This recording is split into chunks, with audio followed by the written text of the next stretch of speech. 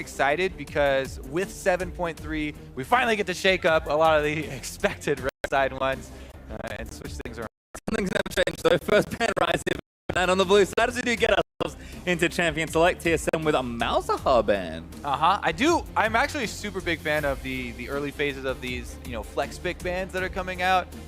It does also raise some priority on the other supports down in the bottom side that are high priority, like the Zyra, for instance, super powerful mages.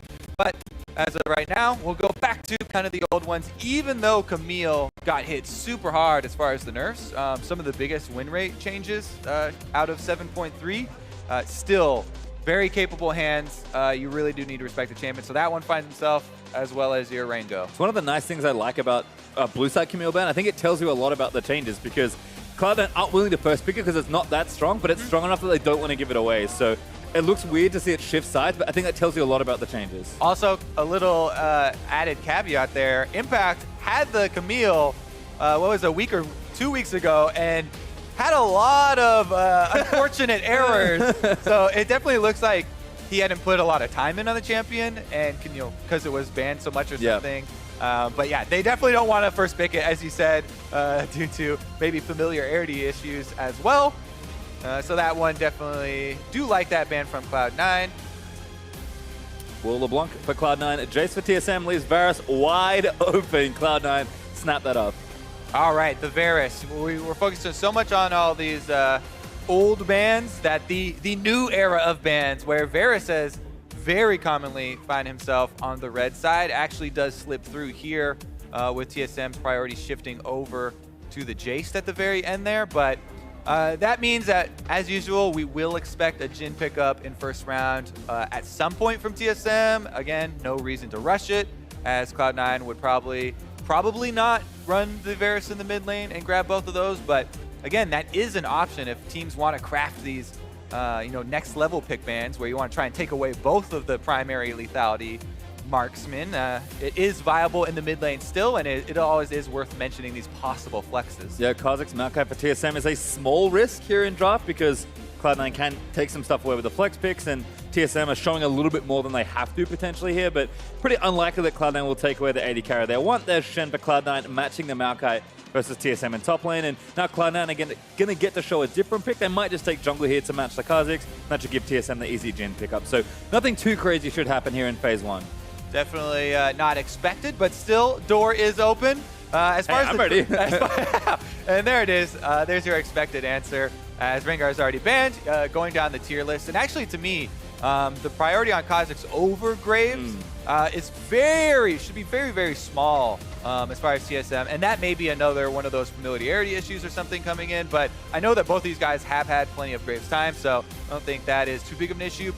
I do really, really love Graves at the moment. I think he's amazing. Extremely powerful with these lethality builds, and just offers a bunch of control and basically the ability to be ready for plays at any moment in the game. Because you don't have to take damage, you actually can gain life off of doing camps.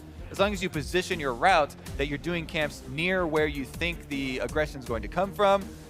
He has a lot of uptime as far as jungler availability to react to plays on the map, and that's super high priority for me. Yeah, it seems so efficient that you always have an issue with Graves. I think is part of the reason he's so good. TSM though, banning Zed away, a champion that is quickly rising in priority in that mid lane. I mean, almost everyone has played Zed a lot at some point. Bjergsen and Jensen are a whole bunch of NA at least, baby. Yep. And there's Cassia for Cloud9. So picking on that champion you mentioned earlier for Bjergsen. Yeah, so the mid lane, the Zed actually, we were just talking about this too, because previously to today, all the North American Zeds were either high or played against high by Keen, but definitely branching out, and it is spreading throughout a lot of the scrim groups as well. So finds himself here, and there's that Cassiopeia that I talked about. Looks like, Reaper Cloud9 also doing heavy research there on TSM. Not going to let that one through to Bjergsen, because whenever you have a front line as strong as Maokai, setting that up with one of those standard team fights where you have just super high-powered mage behind him for the end game can get very scary. So they do take that one away from Bjergsen. Little touch on that Maokai though as well, with the difference between the Maokai and the Shen. Cloud9, you always want to set up the Shen for those early cross-map plays to try and snowball through bottom half of the map instead. Pretty interesting to see 4 mid lane bans though. Echo Z, Syndra, Cassio between TSM and Cloud9. It seems like with the way TSM are banning, door is wide open for Corki mid if they want to take it here. And they get option of first picking basically for second round. First pick, second rounding that Corki pick that you talked about, or Gonna counter pick instead. Waiting for Jensen to force him to show. As far as Corki though, doesn't have like any super terrible matchups. The only thing is that would leave them with 3 marksmen and the Shen as the front line, which is getting into dangerous territory where you don't have a tremendous amount of CC. I mean, you still have the Varus skill shots that you can land, but you have to be on point with your Varus skill shot and your taunts if you're going to be able to make that type of comp work. Plus use that snowballing to really push them ahead. And it looks like that will be the avenue they go for. Looks like they're just going to steal it away. I mean, it seems, I think TSM are hoping this wouldn't happen, maybe for the compositional issues you mentioned, but Corki there for Cloud9. We did have Nami on the TSM side, so I like that she's starting to rise significantly in priority in the bottom lane, particularly against all the strong aggressive supports. Question now is what a Cloud9 finish with? Yeah, and particularly, adding some sustain into a Jhin, Jhin lane early. Jhin, especially if the Varus player is able to land the in-lane skill shots, you can really bully pretty early on. So Nami sustain going to help out there for themselves. Smoothie though picks up the playmaker in Thresh, and I always love to see supports be willing to go with that champion and have the don't react quite yet. I think he's just teasing Jensen there. But I mean, in my mind, we've seen Zed and Echo versus the Corki. Orianna doesn't make a whole lot of sense here, but it would be a safe pick. I have to think that if they're going to give Corki away, they have potential counter pick, but maybe Bjergsen just wants to play the safe matchup instead. Yeah. Ooh. Also, as far as rounding out the, super good late game damage output, very good as far as standard team fighting goes. This is a very solid, team comp from them. Meanwhile, Cloud9 on their side, what I would look for is some pressure on bottom side. They have, Graves, as we talked about, can get through the jungle with a large amount of health. And can at least hang around that area. When Shen hits level 6, Corki has package. This is primed to be Cloud9 pushing an early advantage through their bottom half of the map. People should get accustomed to, respecting the early Corki packages and the giant siren that goes off, though we've still seen them catch some people unawares. Those in combination with Shen can just be brutal, though. And I think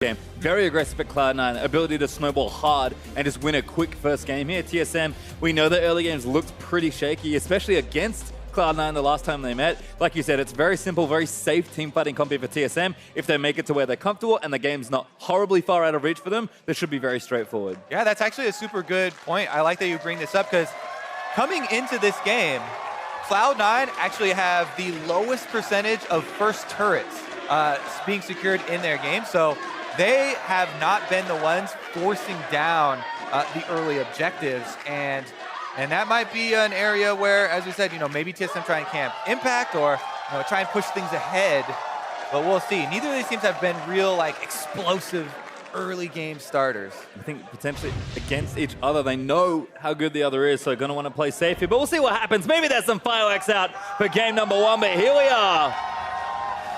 Cloud9 TSM round 2.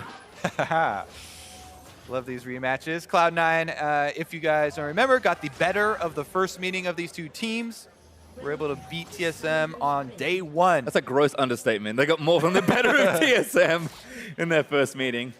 TSM, though, very, very vocal about their improvements they feel they've been able to create over the course of the spring split, and very ready for the rematch. One thing for Cloud9, I mean, they don't want to drop games if they can help it. They certainly don't want to drop matches given the spotless record, but I think it feels extra bad to lose to TSM. We're going to want to try and stay atop the pack firmly here. In fact, Contractz and Jensen all grouping up here, looking into Svenskeren's red side jungle. So one of the things here, this is not just, a normal feint invade. Whenever you do have Maokai on the enemy team, there's a possibility that this Maokai starts saplings for the jungler. Yeah, it's not ideal for your lane phase, but you know, a couple of saplings in the Raptor camp can give a jungler an instant level 2 if he's sitting over there. And especially a Kha'Zix, you know, jump starting a Kha'Zix along the jungle route can definitely snowball the early game. So I like what Cloud9 did there. You know, a little semi-invade just to make sure nothing's being set up around the Raptor camp and back right out. Yeah, both teams have decent information here as well. You can see Sven starting on the blue buff. Going to have some leash help here by Total and Biofrost. Hauntzer has already been spotted in the top lane, so Sven's position should be pretty obvious. Contractz as well. They saw him on the left side, so I imagine he's down there. And we'll see if Bio and Total fall behind it all, given that Sneaky and Smoothie did make it to the wave first and should have the pressure in the lane. Yeah, gonna have the pressure. Smoothie gets a flay. Sneaky's able to hit his first arrow, so going decently well for them so far. Should be able to keep this shove up. Svenskeren also starting on the bottom, you know, quadrant of the map. Should give them a little bit more confidence to be able to pressure the TSM duo lane. As Svenskeren would have to, you know, alter a little bit inefficiently to get back down there. Also, there's a big cost to going for early ganks here. Oh, Jensen and Bjergsen going to go for a bit of a trade. You can see the fence very close here is even mid lane trade between the two. Both players not wanting to back down, but knowing the limits in every single matchup. Jensen got the wave in his favor for a short while, though. Yeah, Bjergsen also still going with the Ghost in the mid lane, even after the nerfs. And he is against a mid laner and jungler marksman that are not going to bring any crowd control, just tons of damage. So basically, if you can dodge the damage stuff, then you're okay. And he just has to be light on his feet because there's no crowd control that will hold him down. So he doesn't have to waste a summoner there, and he's going to rely on the mobility. Early trade down onto Total as well, also costing him some health, so gonna have to let this wave push. I think we sort of expected this. We've seen a lot of high damage or big playmaking supports this season in particular, and the healing supports seem to be a big response to particularly the poke. So Biofrost and Total gonna have to chill out for a little bit, but it looks like everyone's just kind of relaxed in their lanes. Top lane, we haven't been there yet, but nothing much will happen for a while. Don't worry too much. Yep, couple of big waves building up. They should be collected fairly easily. I do expect Turtle to miss some of that CS under turret and still have a CF deficit, but here comes the difference in that roam from pushing up on the bottom side, and everybody's trying to pin down Bjergsen. Not going to happen, though. Good communication from TSM. Smoothie left, and Bjergsen immediately exited towards the correct side of the lane. Yeah, so the push from the bottom side did afford a roam. However, Turtle caught almost back up in CS and won't have too big of a difference here. Oh, no. Does land! Looking there from Smoothie. Ignite is down. They're going to try going for it. And that's first blood to Smoothie. Now Biofrost going to have to get himself out of the way. Mate, what? He's want to go pistol whip him after the other one maybe there. But Turtle's right in there and gives up the first blood. Down a flash. It almost looked like maybe he had his heal and flash switched or something. Maybe. I don't know. But anyways, that is going to be... We already had set up this match in Champion Select about this is the bottom lane for Cloud9 wanting to push through and be their big advantage. Anyways, here's the play. Biofrost, by the way, you always want to go for your skill shots as Jhin. Yeah, he definitely did not mean to do that. You always want to shoot your skill shots against Jhin as soon as you see the deadly for a start because you can't move during it. It's a bit of a self-root. Yeah, he's like, whoopsie daisy. It does self-root you, so that's why Biofrost immediately, it's like, I got this hook, pretty free, right next to the minion, as Turtle is going for the Deadly Flourish, and TSM give up that first blood. Yeah, rough stuff. We did expect the lane to not go too well, but giving up a kill is kind of maximum pain in the duo lane there. Right, we expected it to not go well once Cloud9 got to their Corki package and got to their Shen level 6. It's going well for Cloud9 before that even happened, so TSM need to be very cautious on this side of the map. Well, Total with no flash is a prime target for Contract's attention, but a lot of the early roam pressure and gank pressure has been towards that mid lane. Svenskeren's been awfully quiet, though, I will say. We'll see if he's maybe got something, but I think just wants to contain Contractz for as long as he can. Keep farming up and keep tabs on that Graves so his lanes can stay nice and safe. Impact, not under too much threat here, but Svenskeren will get some info, popping that Scry's Bloom down into Cloud9's blue side jungle. Yeah, Contractz here. Going to be able to clear out his Raptors, and they have a bunch of vision as well for Cloud9 on the bottom side. It's, I mean, even though it's pretty telegraphed in Champ Select and, you know, with the direction that C9 are playing, it's it's really about how you play your weak side during those big advantages, right? TSM make the early swap up to top side, and they're trying to pressure Impact. He should, as soon as he sees extra members, back out of here. Yeah, I mean, Svenskeren's here as well, going to try and cut him off. The taunt is there, but leap on for Sven. Good bit of poke damage there, but TSM's going to try and get the turret ASAP. And that's what you want to do when you've been crushed in your bottom lane. As far as we are saying, oh, it's going to go from bad to worse for TSM down there, they just get out. They make the early swap. They're going to get this first turret gold. I think they're ahead on the race. Looks like they are. They got an extra member. Should be enough. They got it. First turret gold to TSM. C9, though, answering well. Contractz in the right place to make this play. Was probably not doing too much there, 2v4 in top lane. So Svenskeren will take control of this section again. There is a blue buff up, so great timing on TSM's jungler's part. Not sure Bjergsen can get there in time to try and take it. He is going to have a look in. Yeah, really good recovery here from TSM. Not just dwelling on the past, not being, going right back to that bottom lane where they're losing. Make the early switch, and at least they get something out of it, right? You get the extra advantage of the first turret gold. Yeah, you're going to have to give the dragon as well, and the bottom side of the map was pretty much already Cloud9's, so it's not like they really had a choice, and that was an eventuality anyway. Cloud9 had so much control down there, plus with a Shen. And instead, they are actually at least able to trade something for themselves to keep the gold even. Dead even, in fact. This Contract's just taking out these Krugs. Cloud9 get a little bit better on the overall trade, but a standard response, like you said. Bjergsen a little low on mana, despite the blue buff. Going to go back and do some shopping. And early backs for Jensen already. I love the aggression in this build path. Early Sork Shoes and a Sheen. Looking to do maximum damage either in his mid lane, or more accurately, when he leaves the lane with the package. Exactly. I love early rushing Sork boots because it makes your roam so impactful. With the early flat penetration, when before champions are having a chance to scale up with any sort of magic resist, you get high value there. Plus the extra movement speed combined with package could make Jensen a big early game playmaker for these guys. But it's pretty funny that. Fine. Yeah, it's fine. I mean, all right. As a jungler, you're accustomed to this. Yeah. This sort of like on the edge. Jungle monsters don't pull any surprise moves. There's no extra speed burst coming out or anything. But what was I talking about before? Oh yeah, the bottom lane side there for TSM. Still going to have to try and catch up, as Turtle is going to have to make up some ground on the experience on the top side and start building up his lethality there for Jhin. We'll be in a little bit of a hole, but at the moment, nobody up there to contest his farm, and should be just fine. Yeah, sneaky up big in CS right now, about 20 up, 70 to 50 or so. Bjergsen just hugging around in Fog of War, hoping that Jensen thinks he's leaving, but going to stay in the lane. Has his early items up with the Lost Chapter and the Fiendish Codex, so Morellonomicon, as expected, coming out. Shouldn't be too far away from that. And again, I think the longer we can keep Corki anchored to this mid lane, the better he's going to feel. It's a good little sidestep on that missile.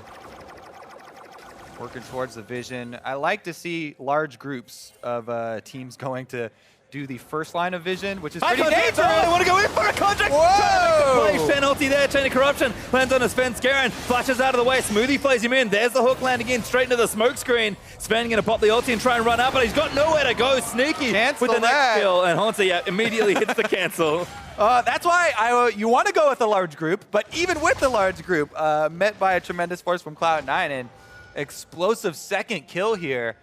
Contractz diving right over the wall into multiple members, but luckily they also have Thresh on their team. Another kill for C9. In fact, trading favorably on the bottom side as well. Shen's pretty good. Surprisingly, in melee matchups, Hauntzer eating the wrong end of that trade. And he did use Stand United because of this simple numbers advantage here from TSM. Traveling in a group to go do their warding so that they would be ready for something like this. But really it was Sneaky's ultimate from Varus here that locks Sven in to be able to secure themselves this kill. And then there you go. Went to him as well as far as the kill credits. So Sneaky starting to rack those up. Having a great early game as well. 1 kill, 1 assist, and a good chunk of CS up. Stacking that as quick as possible, and you can already see that's barely any lethality, and Turtle is just paper thin. End of the line, plus the arrow from Sneaky. Almost able to kill Turtle outright, and the pressure will continue. Contractz ulti almost, actually it is back up. So yeah, Turtle's gonna have to get away from this. 3v2, not favorable at all for TSM.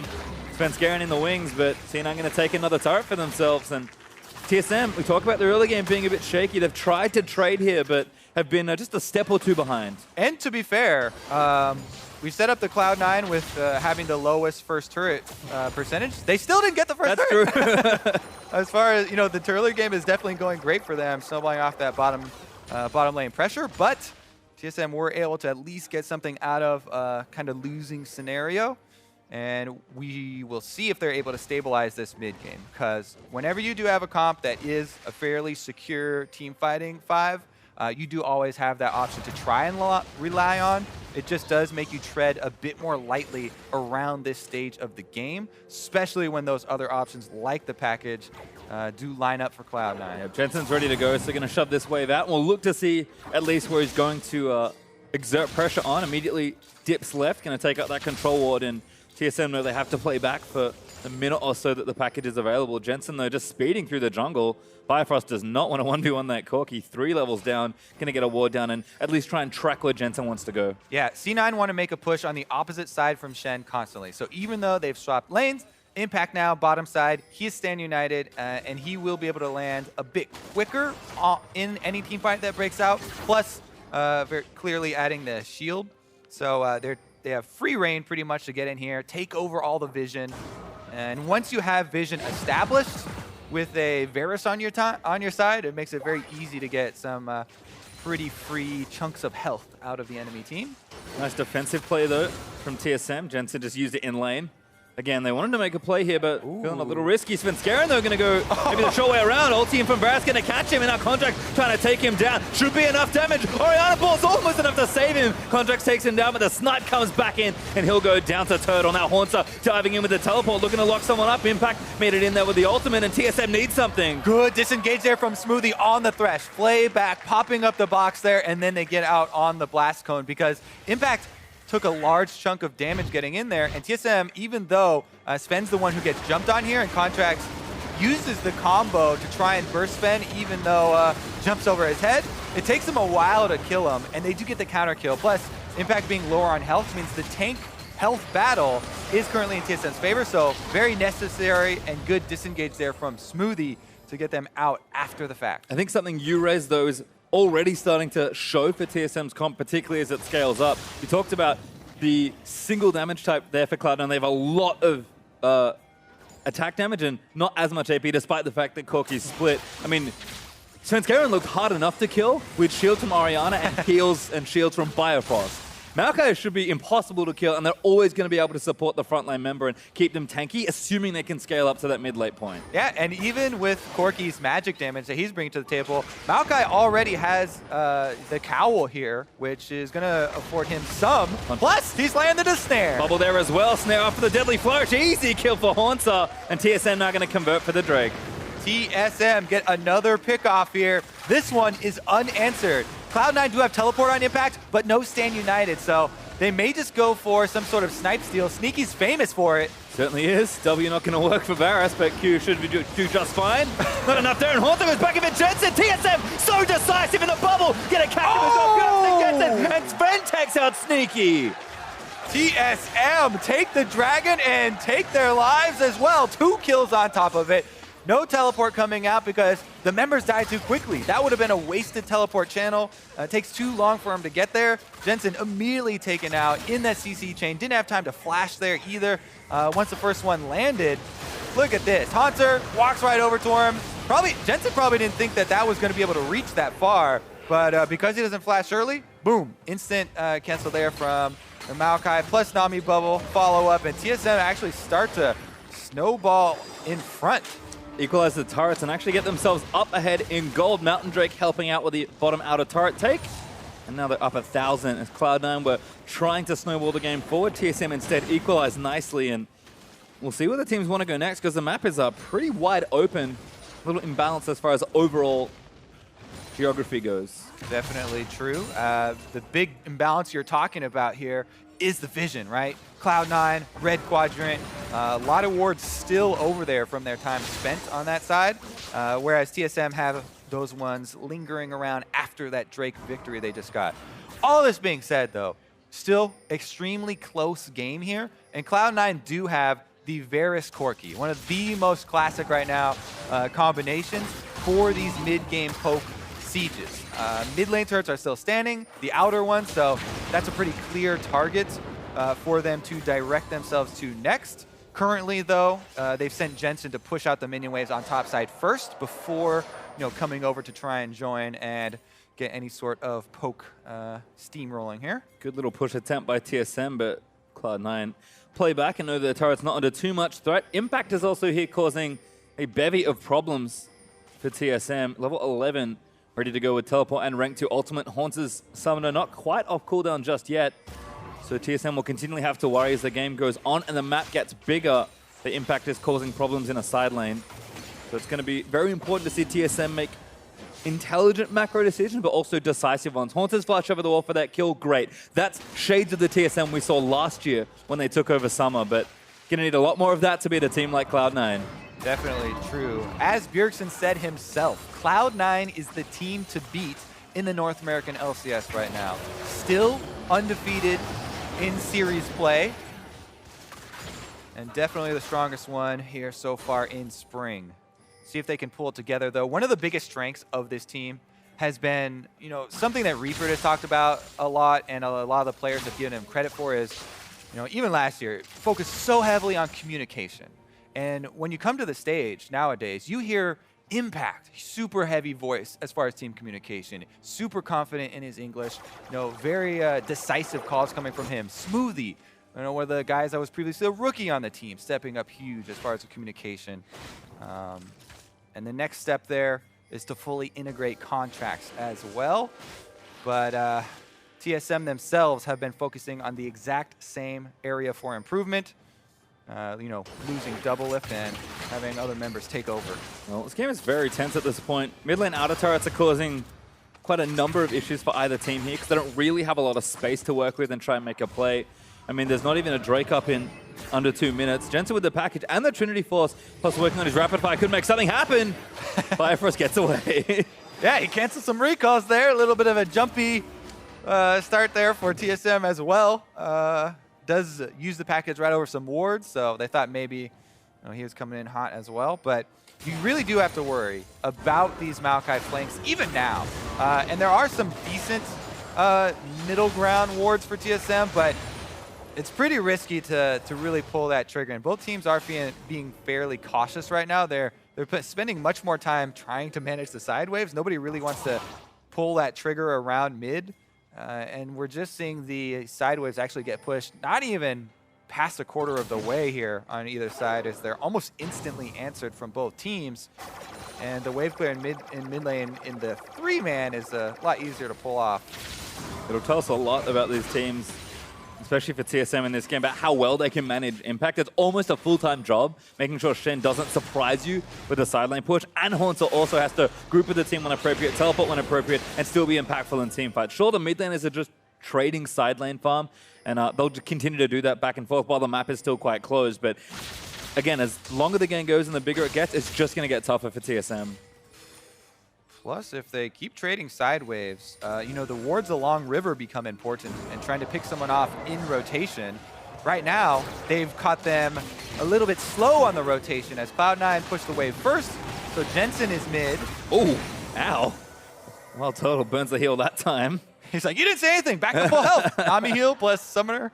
Nobody shot me, what are you talking about? It's going to stop the siege from Cloud9 though, who are again trying to use Impact's pressure and the rest of their siege and poke to try and push down the crucial turret there. Hauntzer doesn't quite snag Contractz on the reveal. There is a Drake up in 15 seconds. TSM might fancy that objective instead. I feel like whether they go for the contest or give it up depends heavily on if they're able to get some wards down. Because, giving over a 20-minute team fight for a Cloud Drake would not be a big deal. But here goes a hook onto Bjergsen. No deep vision, so no confrontation here. They also didn't quite have the rest of the marksmen in place. And it will be a very quick Drake here that TSM jump on. Yeah, it should be easy enough, despite the Q nerfs for Kha'Zix. Pretty straightforward. Hauntzer there with the assist, and Rest of TSM gets back to mid lane safety to continue to protect that turret. Impact can join at any moment, but he's swapped back to this top lane here, trying to get pressure pushing that way. Yeah, slightly more decisive for TSM, moving in the double control wards. They're able to get that bit of fog of war to work with, and not only does it dissuade C9 from going for that pick, but they also quickly take the objective with no answer. Turtle's getting beat up, but he's also getting healed up very quickly here. I mean, sometimes that's why you need the Nami. Got to protect Turtle, who gets a little eager sometimes. Bjergsen, though, has been collecting a huge advantage in CS on the side for TSM, and Sneaky's still up good numbers there versus Turtle, but Bjergsen is pretty far ahead of Jensen. Jensen has exhaust, and he's waiting in the brush. Does he actually go for that one? I mean, 2-item Orianna with that much early magic pen is real dangerous, so yeah. Not sure even Jensen wants to go for that one, but has potential certainly. Corki does a lot of front-loaded damage with the Trinity Force. But Bjergsen now going on a back instead. The mid laners will continue to bounce sideways back and forth against each other. And TSM, again, happy to play patient. They know the game will break open very quickly once more turrets start to fall and the bigger objectives start to become a little more easy to take. Teams might be looking to Baron for the next 5-10 minutes. TSM feel pretty good, about their Maokai front line as we get deeper and deeper into this game. He's definitely more tanky than the Shen at the moment. Not only because Shen also takes a small detour in the full tank build, because Shen nowadays get Tiamat super early on to help them with the push, because without it, they push so slowly. But just inherently with the kit as well, Maokai scales extremely well as far as the one-on-one in-game tank front line. Well, back to Hauntzer, will say hello for a bit. Hauntzer, I think, expecting someone else there. Jensen is on the right-hand side of the map. It doesn't commit just yet. Mid lane push still there for C9 as they'll sweep out all the traps and try and take the turret down. Turtle got no friends here, and Jensen's about to come in. This should be the first mid-outer for C9. TSM are rotating, and they want to chase him off. Power's getting low. They're not going to get it, though. Biofrost looks at Jensen, finds him, and Hauntzer got his way in there as well. Snare up on Jensen is huge. Bjergsen needs to find the angle, chunks him out with the QW. Impact in the front lines, but TSM have great initiative here for the fight. Sneaky flashed into it there. They're trying to disengage, but a huge shockwave for Bjergsen. A double kill for the Orianna. Smoothie now getting chased down. He'll go down as well to Hauntzer. Bjergsen just kept looking for that shockwave on the back line. Ignored the early opportunities for small ones and hits a huge one. TSM moving over to Baron after that 3-kill victory. All right, who's up? Just Jensen and Impact. I don't see any hero plays around Baron, so they're going for the turret instead. They should be able to get it. Jensen just needs one swift auto. Needs two. There we go. But Baron over to TSM in an instant. And that's that solid 5-man team comp that we're talking about for TSM. They're able to chase him off of the turret, plus snare Contractz under the turret. It's very fortunate that he's able to take this Thresh lantern. But then look at the ball placement too. Bjergsen is just continually moving it up, trying to get it over to Hauntzer, who gets right into the back line. He finally passes the ball to Hauntzer, gets the 3-man shockwave they're looking for, and that's the end of the team fight. C9 don't lose any more, but they will lose this mid-outer turret, so just a soft turret trade there as TSM now up a few thousand gold. Svenskeren have to chase himself up, but C9 cannot afford an overextension here.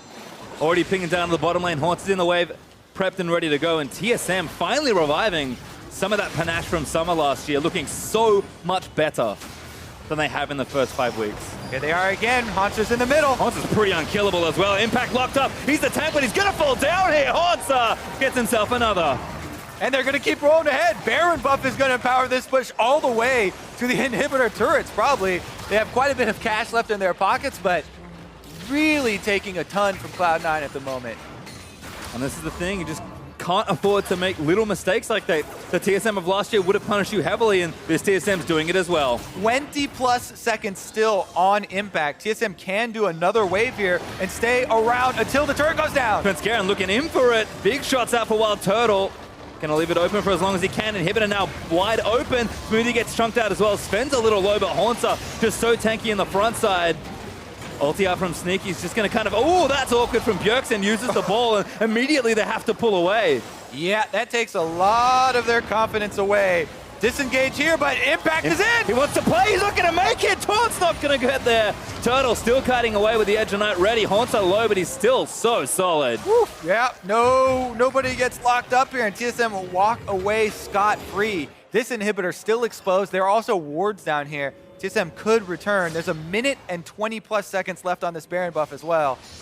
They still have a little bit of time to work with. We do, but 5,000 gold up for TSM. Damage may well be done here for the side of C9, firmly on the back foot. If TSM can do any more than this, the game may well end on the next push, and I think that bottom inhibitor could have spelled the endgame position. Instead, Cloud9 will hold on to some much-needed objectives, but damage looking fairly critical on their bottom half of the map. TSM coming out swinging here in game number 1. Eager to make up for the first meeting of these two squads. Bjergsen in particular doing very well, and we were looking at him for how he would come back from the 2-0 Fox defeat. Looks like he's wasting no time, and they're making use of the last 30 seconds of this Baron buff. Should be able to get extra gold here off the secondary turret. Yeah, this is about as much damage as TSM can afford to do, given that they misstepped in the bottom lane. They could have got that inhib and maybe that turret as well, but they do the smart thing with the Baron buff they have left. Gonna go in and spend their gold, or just take the Ocean Drake on the exit. Yeah, honestly, clean the map of resources. Get everything out of there while they are, while they have so much priority. And all the early damage is stacked up. I mean, we've looked at Sneaky and he's still so far ahead. We saw how much damage he was doing with the poke with his 2 items, and he will get stronger, but C9 couldn't convert cleanly for the mid-outer siege they needed. They eventually got it, but it cost them their turret and a Baron, and then so much more after this. And Bjergsen's about to go back and I think probably get his next major item. And you want to talk about power spikes? I mean, Jensen is at 2 items now, which is nice. Got a pickaxe as extra as well, but these Orianna shockwaves are going to start to do significant damage, game-ending damage. They definitely are something you got to keep your eye on, because it's very clear where Hauntzer is going. Straight to the back line. I mean, he's huge. That's the other issue, right? You highlighted this already. Cloud9 sort of on a timer here as far as their damage types go, and when tanks are ahead of the enemy carriers, he's just having the best time, and Hauntzer is firmly ahead of all the carries on Cloud9. 3 marksmen on Cloud9, and even though the majority of them are spellcasting marksmen, the Frozen Heart here will also further reduce the continuous attack damage that they're able to get out with autos. So Hauntzer is absolutely a monster here on the front line. And it's not like you can ignore him, because the added threat of Bjergsen passing over the shockwave right to him is kind of an untenable situation. It's this steamroller. TSM just want to come ahead, 5-man squad, group up for the standard team fight, and force you down. Well, Baron is up in a minute 55, and that 3rd item in Orianna's inventory should tell you a lot about how TSM are feeling in this game. Bjergsen wants to end this game as soon as possible. That is the most aggressive purchase you can make in that slot. And like you said, if a shockwave hits 1 or 2 squishies, they'll all die. A lot of pure AP for him, and technically does increase the shields as well, so making them even more unkillable. First on the list, though, is going to be the secondary turret here. Clean up the easier gold to get. They also have that Ocean Drake, so any sort of poke doesn't really mean much. You know, and that's really the only thing that Cloud9 could have chalked up to any sort of advantage would be if they were able to land a bunch of the Varus and Corki poke, but even that isn't going to stick versus TSM, so it just looks extremely difficult for the comeback for Cloud9 here in game number 1. That being said, it's still a best-of-3 series, and they definitely have at least another chance ahead of them. First one looking good. TSM actually took the safe turret in top lane and then went back to recall and reset for this Baron Bjergsen. Didn't add too much next to his Rabadon's death cap that he just purchased, but we're looking for the Void stuff if we make it that far, and TSM know that the next objective here will be Baron. If Cloud9 lose this, it will be awfully difficult to keep themselves in this game, so they need to do something on the defense. Yeah, and TSM have done all the planning. They've got all the pre-work done here. Almost cleaned out every single ward in the blue quadrant, just this one leading up here that Bjergsen's sitting on. Other than that, every area here, every crevice of this blue quadrant has been warded by TSM. So they will see that approach very early on and should be able to either pull off the Baron or burn it down according to the timing difference. 3 spare control wards as well. Actually now 2 as they're starting to place them back down in the area. Hauntzer ready with the teleport, Impact ready as well with both his globals, but TSM happy to play patient. Yeah, and when you're in this situation, for Cloud9, it's so difficult. You want to try and keep some sort of pressure here around mid lane and push up the minions so that, you know, TSM have to at least make some sort of choice. Because right now, TSM, they're happy to just sit on their control wards, wait until you come close, eventually just wait you out. Now they're starting up the Baron. They do have shields to tank it with, plus Maokai almost takes no damage, and they're going in. TSM going to peel, ulti up from Jhin, contract tag with the first impact, trying to block for his teammates. Sneaking gets the next one, crit onto Jensen's good damage and impact. Flashes himself out of the way, but Sven chases forward as Bjergsen takes him down. Now Hauntzer locks off Contractz. Contractz flashes out. Good hook there onto Svenskeren, but he's going to live through everything. Bjergsen gets himself the double, and Hauntzer's just not done. Ball going to come in. Bjergsen needs to lock this up. Hauntzer still chasing in. Sped up by the Orianna. Slows in there. There's a triple kill for Bjergsen. Smoothie goes down as well. That's going to be the Quadra, and Jensen, the last one left for the Penta. Dive him! Jensen's not going to give it to him, though. He's going back to the fountain, but TSM might go in there as well. We got 25, maybe 30 seconds. The Penta window is long. Jensen is just daring TSM to try and kill him. Do it! Onto one step, but TSM would rather take the game instead. Jensen is playing with fire. He knows as well. He's going to dodge around. Look! Oh! He got it! That's the Penta kill! TSM, the boys of Summer may very well be back in spring. Clean game 1 versus Cloud9.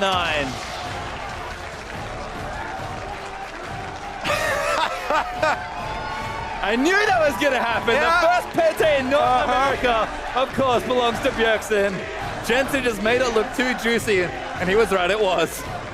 Pentakill against the #1 team. Explosive victory for TSM.